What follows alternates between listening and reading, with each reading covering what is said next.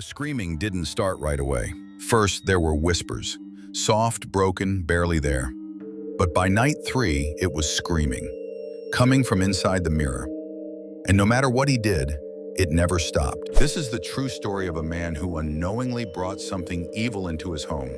A haunted mirror tied to a string of disappearances, and a voice that wouldn't let him sleep. If you're someone who thinks objects can't be cursed, this story might change your mind. Ryan was 26 years old when it happened. He just moved into a small studio apartment on the edge of town. He didn't have much, just a couch, a bed, and a TV. The walls were bare. He wanted to make it feel more like home, so he went thrift shopping. That's where he found it, the mirror.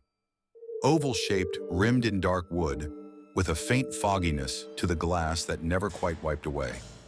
The vendor told him it was Victorian era and joked that it might be haunted. Ryan laughed. He paid $20 and walked out with it under his arm. But that mirror was not just old. Something lived inside it, and the screaming was only the beginning. The first night, nothing happened. Ryan hung the mirror above his dresser, admired how it made the room feel a little bigger, a little less empty. He went to bed. The second night, he woke up around 3:14 a.m. to what he thought was a woman crying. It was faint, muffled. He assumed it was a neighbor or a TV left on in the building. He rolled over and went back to sleep. The third night was different. It wasn't crying, it was screaming, high-pitched, ragged, coming from inside the room. When Ryan sat up, heart pounding, the sound stopped. The room was dead quiet. He stood, walked over to the mirror. There was no one there. But something was wrong. The glass was fogged up, like someone had breathed on it from the inside. And written in that fog, in jagged finger lines, were 3 words, "Let me out." Ryan backed away. He didn't sleep that night. He tried to convince himself it was a prank. Maybe the mirror had been pre-smeared, some weird residue on the glass. Maybe the screaming was a nightmare. But each night it got worse. The voice in the mirror started whispering his name. Sometimes it sobbed, sometimes it begged, and sometimes, or as it threatened. "I see you. I'm coming." One night, Ryan covered the mirror with a thick blanket, but around 2:30 a.m., the screaming returned, louder, more desperate. When he pulled the blanket off, the glass was cracked, not shattered, cracked in a perfect circle, like someone had punched it from the inside. He called the seller. The number was disconnected. He brought the mirror outside to throw it away, but the trash can lid slammed shut on its own and wouldn't open. His porch light flickered and went dark, and then he saw them, fingerprints, on the inside of the mirror, fresh, pressed flat against the glass. He panicked, took it back inside, set it in the bathtub and poured salt around it. Didn't even know why. He just read somewhere that salt protected against spirits. That night he didn't hear screaming. He heard singing, a soft lullaby sung by a voice that cracked with age.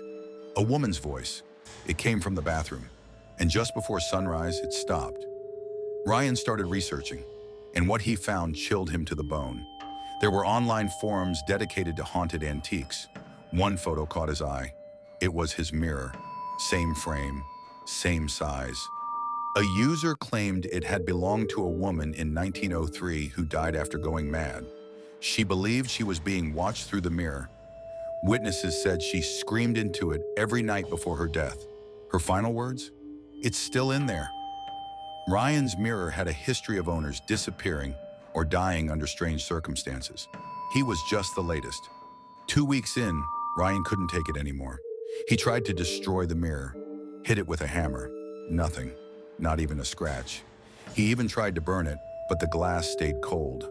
Not warm, cold. He called a local priest. The man came reluctantly, looked at the mirror once, then told Ryan to leave the house immediately. He wouldn't touch it, said whatever was in there wasn't human. That night, Ryan heard footsteps in his apartment, slow, wet, like bare feet walking across tile. He locked himself in his bedroom. When he opened the door in the morning, the mirror was sitting right outside it, on the floor, facing him. He ran, left everything behind. When he came back days later with 2 friends, the mirror was gone. The apartment was empty.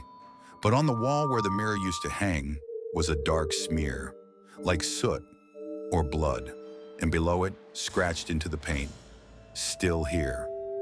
Ryan moved, changed his number. He never bought secondhand items again. But every so often, he swears he sees that mirror online, for sale under a different name, at a different store, always with a vague description, always cheap, always waiting. He still has nightmares. Sometimes he wakes up screaming, sometimes singing. The mirror was never just glass, it was a door, and something behind it is still waiting to get out. Subscribe for more real horror stories